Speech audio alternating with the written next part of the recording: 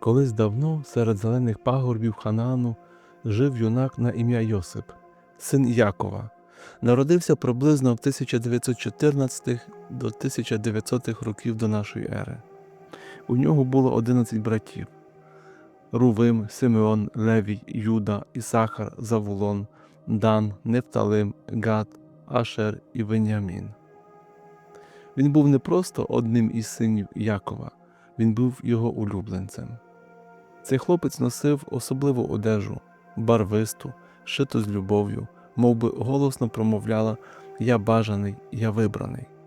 Але хіба дитя винне в тому, що батько любить його більше за інших? Йосип просто був щирий, юний, мрійливий. І мав дар, він бачив сни. Такі сни, що ніби відкривали штори неба, показуючи майбутнє. Але кожен сон мав свою ціну. Його брати дивились на нього не як на брата, а як на дзеркало, що засліплювало. Вони бачили в ньому не тільки юність, не тільки батькову ласку, а свою власну тінь, своє роздратування і біль. Вони не могли прийняти, що той, хто менший, говорить про небеса, що схиляються перед ним, і зорі, що вклоняються. Їх гордість корчилась від цих снів, і замість благословення в серці виросла отрута. Одного дня, коли йому було приблизно 17 років, Йосип ішов полями, несучи братам їжу. Його кроки були легкі, серце відкрите. Він ще не знав, що сьогодні не братерство його зустріне, а зрада. Брати схопили його, спершу хотіли вбити.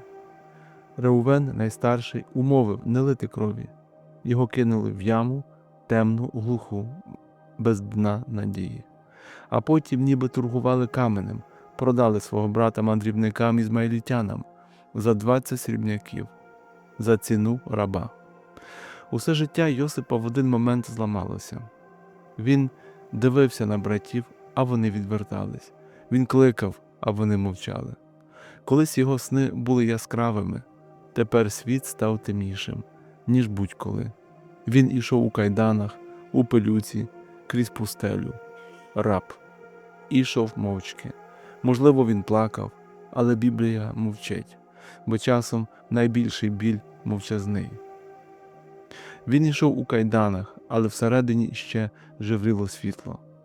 Там, у глибині серця, жила пам'ять про Бога, який колись говорив до нього через сни. Він ішов невідомими стежками в чужу землю, в Єгипет, землю пірамід, статуй, богів із каменю. Все навколо було чужим – мова, запахи, звичаї. Але душа Йосипа залишалась чистою. Він не забув, хто його творець, його віра не згасла, хоч усе навколо кричало «Ти покинутий». У Єгипті його купив Потіфар, головний охоронець фараона. У його домі Йосип почав нове життя. Він працював чесно, мовчки, від усього серця. Бог був з ним, і хоч він був рабом, але в очах Бога він залишався улюбленцем. Все, до чого торкалася його рука, благословлялося. Дім Потіфара процвітав, і сам хазяїн бачив, що це не просто випадковість, це було щось більше. Це був Бог із рабом. Але прийшла спокуса, прийшла тиша, коли ніхто не бачив. Дружина Потіфара, жінка владна, красива, порожня. Вона побачила в Йосипі не тільки силу, а й чистоту, і це її приваблювало. Але Йосип не зраджував ні свого пана, ні свого Бога. В його серці жила інша краса, краса вірності. І коли вона схопила його за одежу, він утік. Одежу залишив, але серце зберіг. І за це його знову зрадили. Знову брехня, знову темрява. Він потрапив до в'язниці. Раб, якого підняли, тепер опинився ще глибше. Кам'яні стіни, ланцюги, холод, забуття. Але і у в'язниці Бог був із ним. Там, де інші згасали, Йосип світив. Він втішав інших, розмовляв, служив. І Бог благословив навіть те місце. Одного разу туди потрапили двоє – чашник і пекар фараона. І снили їм сни. І знову, як колись у юності, Бог відкрив йому тлумачення. Одному він передрік життя, іншому смерть. І збулося. Але той, кого він врятував, забув про нього. Йосип знову залишився в тиші, але вже не в самоті. Бо навіть коли про тебе забувають люди, Бог пам'ятає. Минали роки, і ось фараону снилося 7 гладких корів, 7 худих, 7 повних колосків, 7 сухих. І кожен мудрець не міг пояснити цих снів. І тоді чашник згадав: є раб, єврей у в'язниці, він тлумачить сни. І фараон покликав Йосипа з темряви в'язниці до сяйва трону. Один ранок змінив усе. Йосип вийшов, поголився, помився. Перед ним стояв наймогутніший чоловік того часу. І фараон говорив, але Йосип не тремтів, бо він уже навчився довіряти не людям, а Богу. І він сказав: не я, але Бог дасть тобі відповідь. Він витлумачив сон, попередив: будуть роки достатку, а потім роки голоду. І запропонував план – збирати зерно в роки ситості, щоб вижити в роки порожнечі. І фараон побачив у ньому не просто мудрість, а щось більше. Він поставив Йосипа над усім Єгиптом. Раб став другою людиною в імперії. Його називали Зафнат Панеах, той, що відкриває таємниці, і він став керувати всім. Йосипу було 30. Від того дня, як брати зняли з нього одежу, до цього моменту пройшли роки болю, тиші, очікування. Але Бог не запізнився. Він не забув. Він формував серце Йосипа, шліфував його як алмаз. І той, хто колись мріяв, тепер став Спасителем. Минали роки. Земля Єгипту наповнювалася зерном, комори ставали важкими від благословення. Люди ще не знали, яка буря наближається, але Йосип знав. Він будував не просто запаси, він будував надію. Коли прийшов голод, то прийшов не тільки в Єгипет. Він торкнувся і Ханаану, того краю, де жили його брати, старіючий Яків, де колись трава торкалась Йосипових ніг. Земля потріскалась, і серце Якова було тривожне. Сини дивились на порожні поля, і тоді батько сказав: «Я чув, що в Єгипті є хліб. Ідіть і купіть, щоб ми не померли». І вони пішли. Ті, що колись продавали, тепер йшли з простягнутими руками. Вони увійшли в царські палати, стали навколішки перед вельможею Єгипту. Вони не впізнали його. Минуло багато часу. Вони бачили перед собою чужого чоловіка в одязі влади, в мовчанні сили. Але Йосип впізнав їх. І в серці його збурилося море. Він дивився і бачив не просто братів, а уламки колишнього життя. Він чув їхні голоси, і в пам'яті оживали ті крики, коли його кидали в яму. Йосип не поспішав. Він не мстився, але й не відкрився відразу. Він хотів бачити, чи змінилися вони, чи лишилися тими ж, що продали брата за срібло. Він поставив їх на випробовування. Випробування не для помстви, а для правди. Він звинуватив їх у шпигунстві, замкнув Симеона і сказав: «Приведіть до мене найменшого брата, тоді повірю». Вони повернулись додому зі страхом, а Яків, батько, стискав серце. Йосипа нема, Симеона нема, і ще Венямина ви хочете взяти. Все проти мене. Але голод стискав, не залишаючи вибору. І коли запаси скінчились, Яків змушений був відпустити Веняміна. Вони знову пішли в Єгипет, тепер із наймолодшим. Йосип побачив брата, і серце його стислось. Він плакав, але таємно. Він глянув на них і перевірив востаннє. Поклав свою чашу до торби Веняміна і наказав повернути всіх. І тоді сталося те, чого він так чекав. Юда, той самий, що колись запропонував продати Йосифа, тепер став у пролом. Він просив: «Візьми мене замість хлопця. Якщо я повернуся, без нього батько помре. Я не витримаю, щоб ще раз завдати йому болю». І тоді Йосип більше не зміг стриматись. Він вигнав усіх з кімнати, і залишився тільки він і брати. Він закричав, заплакав так гучно, що почули у домі фараона. Його тіло здригалось від сліз, і він сказав: «Я, Йосип, ваш брат, живий». І брати завмерли. Їх очі округлились. Вони не могли повірити. Він живий, він перед нами, він правитель. Але Йосип не тримав гніву. Він обіймав їх, плакав разом із ними. «Не бійтеся», – сказав він, – «не ви мене сюди послали, а Бог. Він зробив це, щоб урятувати нас». І в цих словах усе його серце. Він не знищив їх, він простив. Любов перемогла біль. І тоді він сказав: «Поверніться, приведіть батька, ви не самі. Тепер я подбаю про вас, ви моя родина». Те, що колись було розірване, Бог зцілює. І вони пішли, несучи цю неймовірну звістку. Батько, що стільки років жив із болем, почув: Йосип живий. І серце його, що було каменем, ожило. Вони зібрали все і вирушили в Єгипет. І коли Яків побачив сина, він сказав: «Тепер я можу вмерти, бо я побачив, що ти живий». І ось вони в Єгипті. Старий Яків, уже не просто пастир, а гість царського двору. Він стояв перед фараоном, і його очі, помутнілі від років і болю, знову світилися. Він благословив царя чужої землі, і фараон прийняв його, бо бачив перед собою не просто старця, а батька того, хто врятував його народ. Земля Гошен, родюча, зелена, стала домом для ізраїльського роду. Ізраїль не просто вижив, він ожив, і в центрі цієї історії стояв Йосип. Але навіть серед розкоші його серце не забуло дороги. У його душі залишалося щось, що не можна було вкласти в комори чи золото.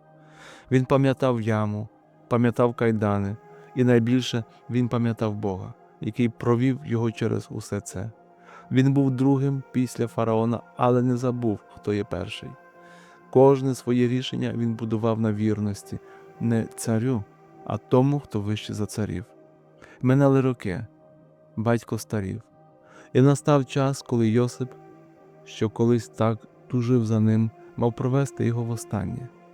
Яків відчув наближення смерті, і він покликав Йосипа. Він просив: «Не поховай мене в Єгипті, віднеси мене туди, де спочивають мої батьки, у землю обітовану, бо ми не з цього краю, ми мандрівники». І Йосип присягнувся. У ньому ще жила та обітниця, що колись Бог дав Аврааму. А потім Яків благословив дітей Йосипа, Манасію і Єфрема. І благословив не так, як усі очікували. Він схрестив руки. Старший Манасія мав отримати більше, але Яків поклав правицю на молодшого Єфрема. Йосип здивувався, але батько сказав: «Я знаю, сину, але менший стане більшим». І в тому жесті щось більше, ніж просто батьківська воля. Це був знак, що Бог діє не за людською логікою. Те, що молодше принижується, здається непомітним, може стати великим, якщо в ньому Божа рука. Коли Яків помер, уся єгипетська земля оплакувала його. Йосип повів тіло батька через пустелю назад у Ханаан. І разом із ним слуги фараона, воїни, вельможі. Це була не просто похоронна процесія, це був похід пошани. Люди бачили: той, кого звуть Йосип, несе не тіло, а несе історію, несе обітницю.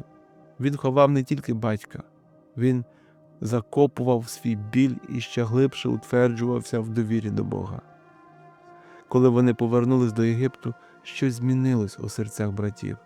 Їхній страх знову ожив. Вони шепотіли: може, Йосип тримався лише через батька? Може, тепер, коли його нема, він помститься? Вони впали перед ним знову, і знову не впізнаючи його серце. А Йосип плакав, його серце не змінилось. Він сказав їм: «Хіба я замість Бога? Ви задумали проти мене зло, але Бог обернув це на добро». І це були не просто слова, це була істина, виткана з життя, виткана з плачу, із в'язниці, із снів, із прощення. Те, що боліло, стало благословенням, те, що розривало, стало мостом.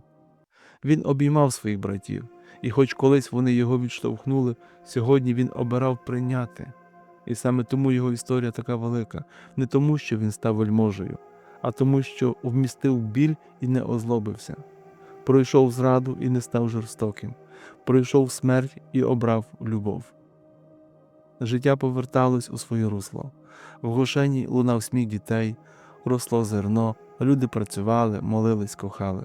А Йосип, він жив поміж усім цим, ніби світло серед тіні.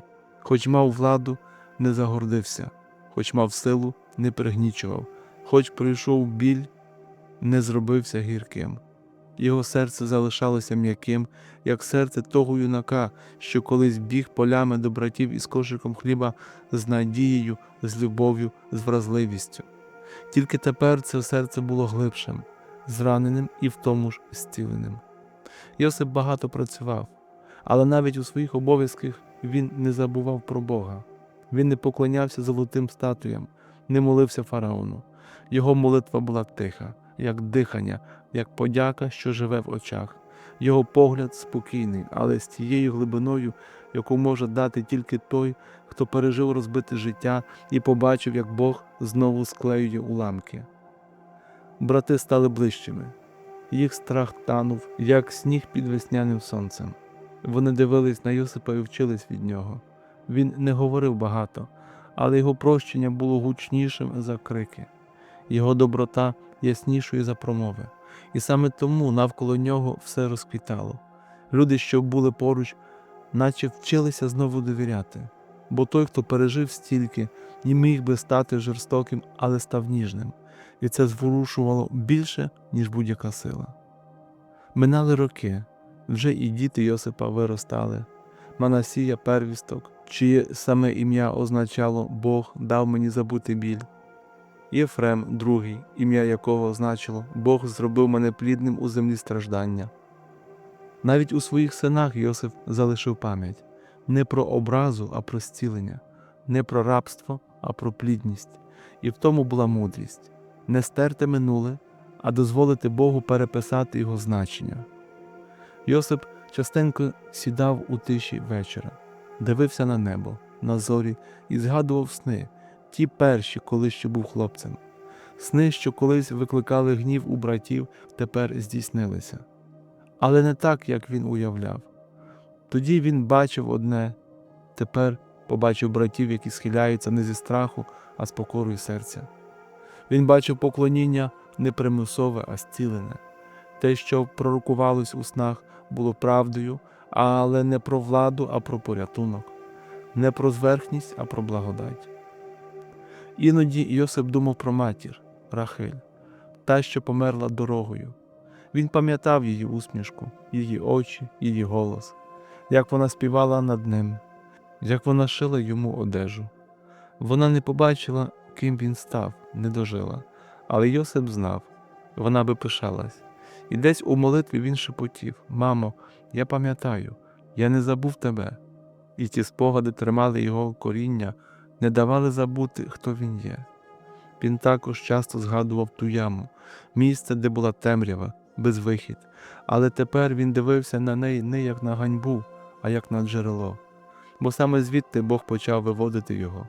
Саме там він уперше зрозумів, що не люди ведуть його, а Господь, і він вдячно дякував навіть за ту яму, бо без неї він не став би тим, ким став. Йосип ніколи не повернувся до Ханаану живим. Його тіло залишилось в Єгипті, але в його серці завжди жила земля обітована. І він просив перед смертю: «Коли Бог виведе вас звідси, винесіть мої кості. Я не хочу лежати тут. Моє серце належить тій землі, яку Бог пообіцяв нашим батькам». І це було не просто прохання, це була надія, його остання віра. Він вірив, що Бог вірний, що навіть через покоління його слово збудеться. Час, мов ріка. Час не питає, чи готові ми до його течії. Він просто пливе. І в цій течії життя Йосипа навчиться довіряти тому, хто керує хвилями. Його дні минали в тиші і служінні. Він був не просто намісником фараона, він був пастирем, батьком, опорою для цілого народу. Люди приходили до нього з проблемами, з тривогами, і щоразу він зустрічав їх не владою, а добром, бо мав серце, що знало біль, а тому було здатне лікувати чужий. Його братів уже не мучив страх, тепер між ними жила довіра. Вони згадували минуле не як рану, а як диво, бо те, що мало стати смертю, стало життям, і кожен із них носив у собі частинку цього прощення, яке отримали. Юда став іншим, не тим, хто продав, а тим, хто захищав. Реувен більше не тікав від відповідальності. Веніамін розквіт у любові. Вся їхня родина пройшла через очищення, і в центрі стояв Йосип не як суддя, а як свідок Божої ласки. Часом він ішов полями Гошену, слухаючи спів пташок, дивлячись, як діти бігають. Його власні сини Манасія і Єфрем росли в достатку. Але він учив їх не багатства, він учив їх пам'яті. Казав їм: «Мої сини, не забувайте, я був рабом. Не забувайте, що я був у в'язниці. І не забувайте, що Бог був зі мною там. Бо якщо будете пам'ятати Бога, ніколи не заблукаєте». Іноді вечорами він сідав на дах свого дому, дивився на зорі. Його руки були вже старшими, очі вологішими, але серце усе ще молоде. Він згадував сни і щоразу розумів, сни були не про славу, а про шлях. Бог показав йому не трон, а долю, не велич, а жертву, і все збулося. Але не як гордість, а як служіння. Коли тіло старіло, душа в ньому ставала яснішою. І настав день, коли він відчув час близький. Він покликав своїх братів, дітей, онуків і сказав: «Я вмираю, але Бог не вмирає. Він згадає вас, Він виведе вас звідси. Не назавжди ми тут. Це не наш дім. Наш дім там, де почалась обітниця». І всі, хто стояв поруч, слухали, як б'ється його остання надія, не жалість, а віра. І тоді він сказав: «Покляніться мені, коли підете, винесіть мої кості. Я хочу спочивати там, де Бог обіцяв нам землю». І вони клялись. Йосип усміхнувся, бо він знав, навіть якщо не побачить, Бог виконає, бо його слово вічне, його шлях вірний. І Йосип, той, що пережив братів, яму, рабство, темряву, зраду, в'язницю, славу і прощення, заплющив очі і відійшов із миром. І зосталась тиша, і залишилось тіло в Єгипті, але душа його не тут, вона в обітниці, вона там, де Бог, там, де нема більше болю, де сльози витерті, де браття не зраджують, де сни стають життям. І навіть покоління по тому, коли Мойсей виводив народ з Єгипту, перше, що винесли, не багатство, а кості Йосипа, бо пам'ять сильніша за смерть. Після смерті Йосипа земля Єгипту не зупинилася. Поля цвіли, ріки текли, палаци стояли в своїй величі, але з кожним поколінням пам'ять про Йосипа ставала тихішою. Новий фараон, який не знав його, дивився на народ Ізраїлів не як на спасенних гостей, а як на загрозу. Йосип не бачив цього на власні очі, але все, що він зробив, усі зерна добра, які він посіяв, проросли в серцях його нащадків. Навіть коли час змиває імена, дотик любові не зникає. Його нащадки пам'ятали, що він не прокляв, не помстився, не забув. Пам'ятали, що він, будучи рабом, став спасінням, що він, будучи відкиненим, став тим, хто обійняв, що його сни не були пихою, а покликом. І кожен батько розповідав своїм дітям: «Був наш брат, наш батько, наш князь, ім'я йому Йосип, і він навчив нас довіряти навіть тоді, коли нічого не видно, навчив плакати і не втрачати віру, прощати, навіть коли серце кричить». А кості Йосипа лежали в Єгипті, не в забутті, а в очікуванні.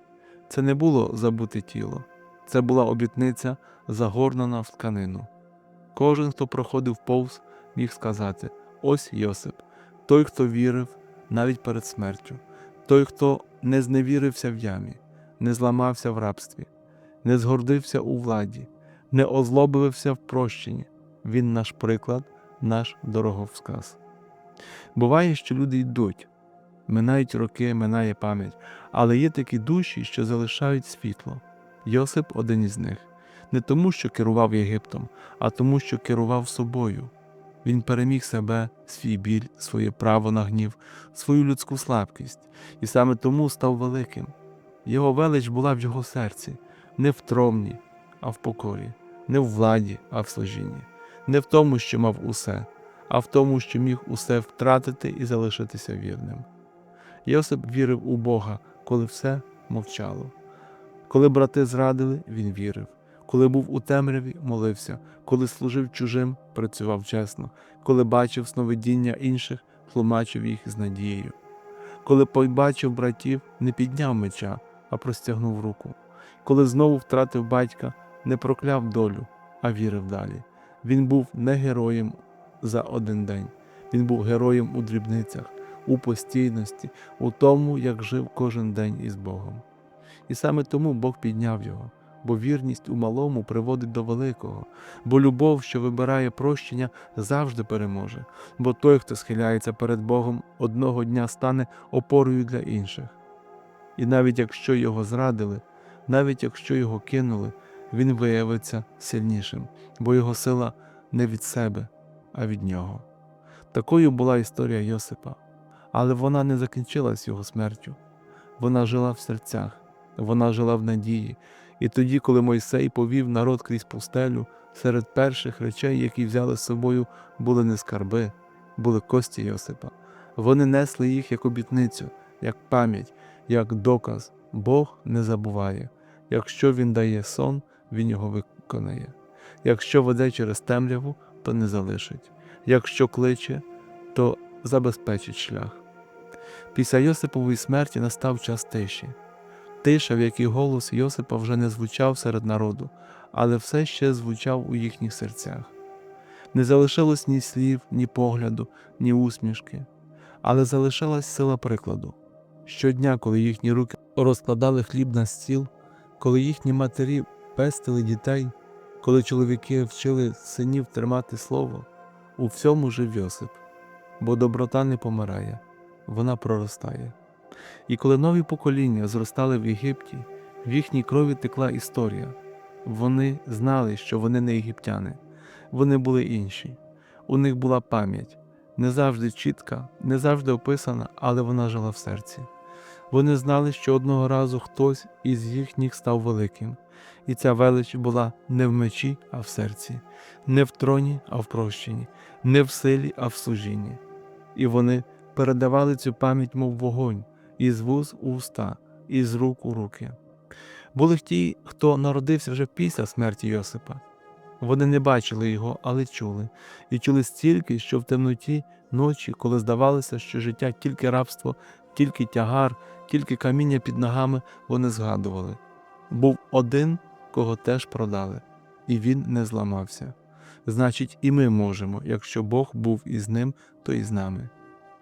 І коли рабство прийшло повністю, коли фараон, що не знав Йосипа, поклав на них ярмо, коли їхні руки змучилися від праці, а жінки плакали, бо їм забороняли народжувати синів, навіть тоді Йосип не був забутим.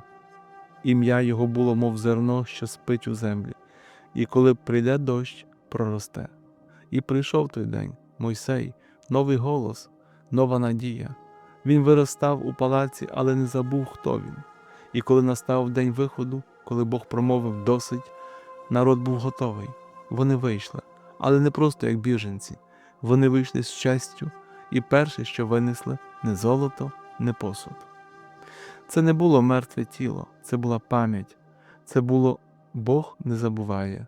Це було навіть коли минають покоління, його обітниця жива. Вони несли його, наче серце всієї надії. Він був із ними в кожному кроці пустелі, у кожному ковтку води, у кожному погляді на хмари над головою. Йосип хоч і помер, і йшов разом із ними. І одного дня вони дійшли до землі, яку Бог пообіцяв. І там, у Сихемі, вони поховали Йосипа, нарешті вдома. Не у палаці, не в єгипетській гробниці, а в землі, про яку снив ще хлопцем. У землі, де колись пас отар разом із братами. У тій землі, де його зрадили, і де тепер він спочивав у пошані. Історія Йосипа – не лише історія однієї людини. Це історія усіх, хто колись був зраджений. усіх, хто сидів у ямі, усіх, хто проходив темряву, усіх, кого не чули, кого продавали, але хто, попри все, не втратив віри. Йосип – це образ, живий символ, доказ того, що Бог із нами навіть у пітьмі. Якщо тебе кинули, пам'ятай Йосипа. Якщо тебе забули, згадай про в'язницю. Якщо тебе принижують, подивись, як він мовчав і працював. Якщо ти стоїш перед вибором і тебе кличе спокуса, але серце кличе до чистоти, обери шлях Йосипа. Якщо Бог дає тобі мрії, але весь світ сміється з них, не здавайся, бо сни – це не фантазії, це поклик неба. Йосип – це той, хто довірився не одному дню, а всьому шляху. Він не чекав миттєвого дива, він жив і довіряв щодня у дрібницях, у болі, у тиші, у служінні, і Бог вивів його. Чому ця історія так торкає? Чому, коли ми згадуємо ім'я Йосипа, десь усередині з'являється трепет? Можливо, тому що кожен із нас трохи Йосип. Ми знаємо, як це мріяти, як це бути незрозумілим, як це довіряти, а потім падати. Ми знаємо, що таке темрява, що таке несправедливість. Ми знаємо, як це, коли тебе не чують, не бачать, не вірять у тебе. Але саме тому ми потребуємо пам'яті про того, хто пройшов це і не озлобився. Про того, хто замість помсти вибрав милість, хто замість болю став зціленням. Йосип – це не просто герой давнини, це дзеркало. У ньому ми бачимо власні шрами і розуміємо, з ними можна жити, і навіть більше, через них можна світитися. Йосипова історія – це тиха пісня віри. Вона не кричить, вона ніжно торкається душі. Вона не говорить гучними фразами, вона шепоче «Бог поруч». Навіть коли всі пішли, навіть коли брати відвернулись, навіть коли не видно світла, навіть тоді, коли роками не змінюється нічого, Бог усе ще творить. Іноді ми хочемо швидких відповідей, щоб мрія і одразу її виконання, щоб молитва і одразу чудо.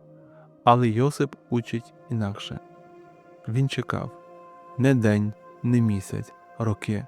Роки мовчання, роки в чужій землі, роки болю і тільки потім розквіт.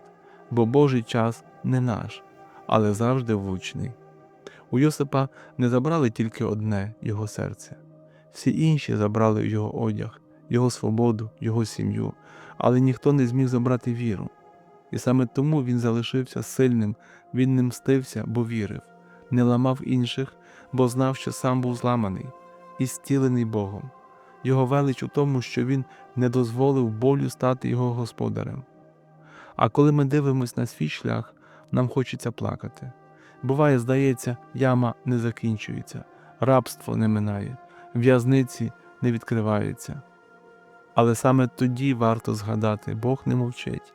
Він просто готує наше серце, очищає, вирізає з нас пиху, плекає терпіння, і коли приходить мить, Він піднімає. Так, що ми самі не віримо, як усе змінилось. Йосип не знав, що його історія буде читана через тисячі років, що його ім'я буде промовляти надію в серцях мільйонів.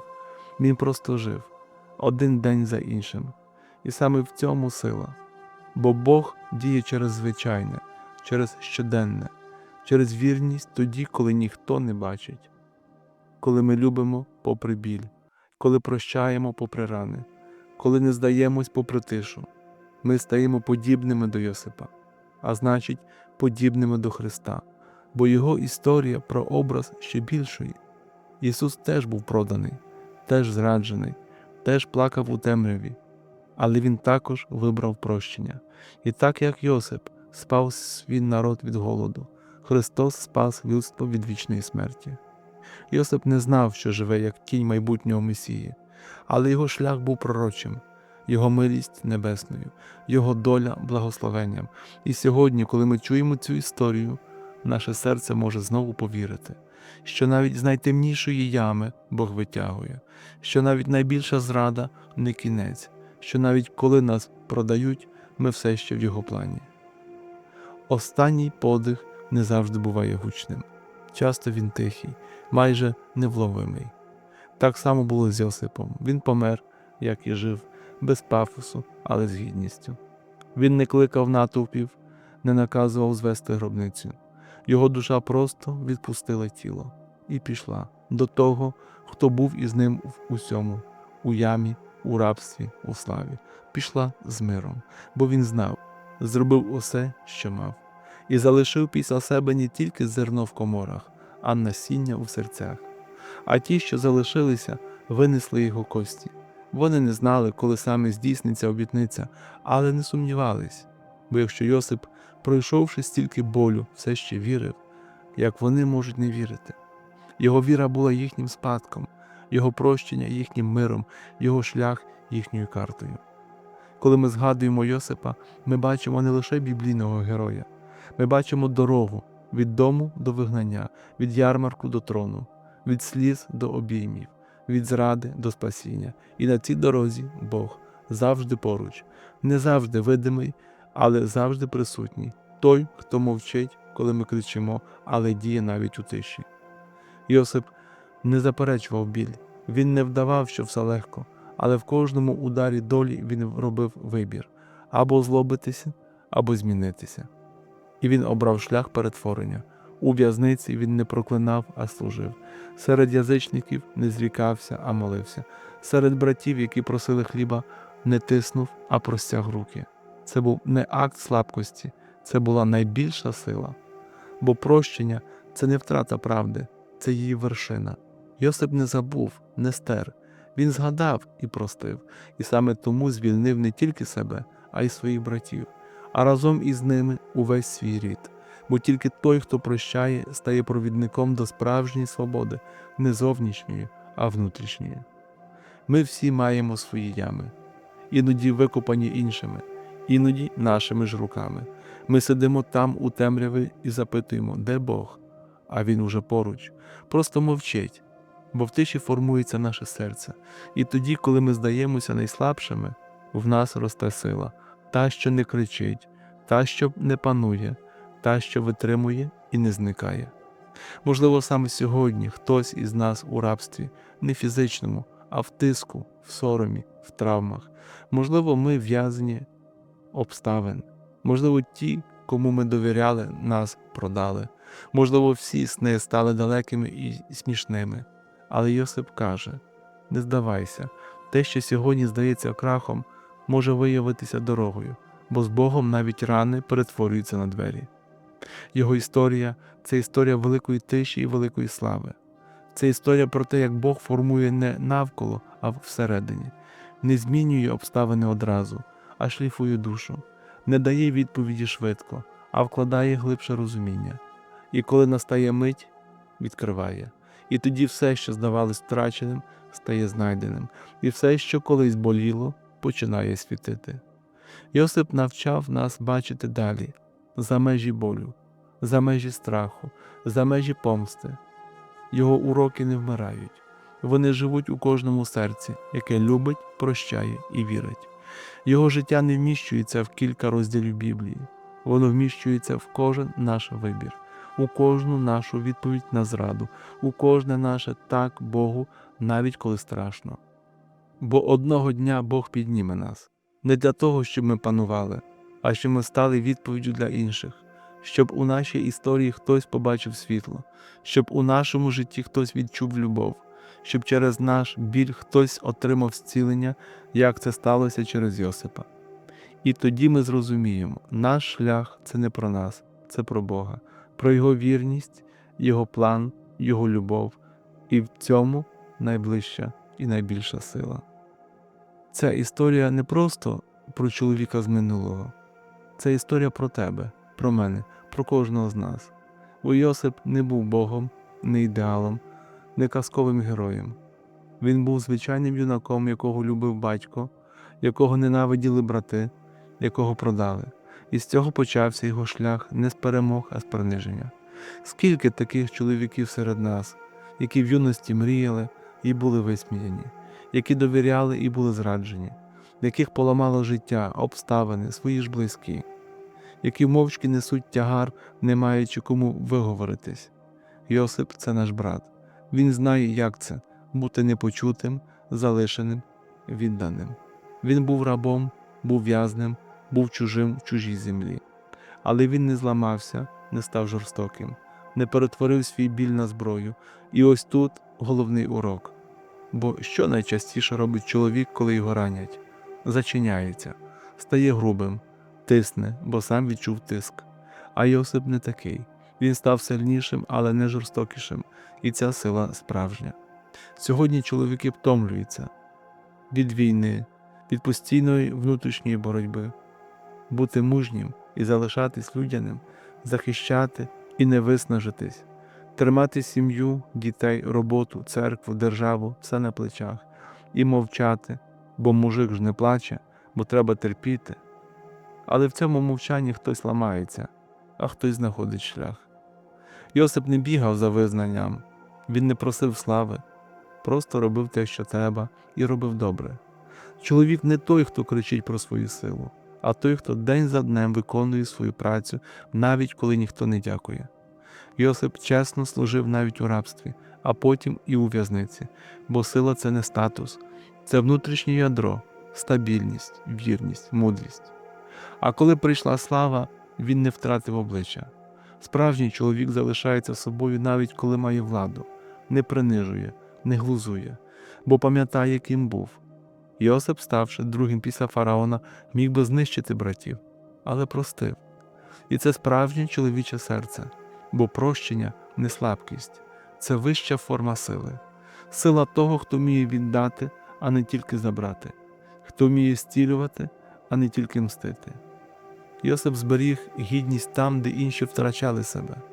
І саме тому він приклад для кожного з нас, для чоловіка, який втратив роботу, для тата, який ночами не спить, для воїна, який дивиться смерті в очі, для студента, якого не розуміють, для в'язня, для того, кого зрадили, для того, хто не може пробачити, для кожного.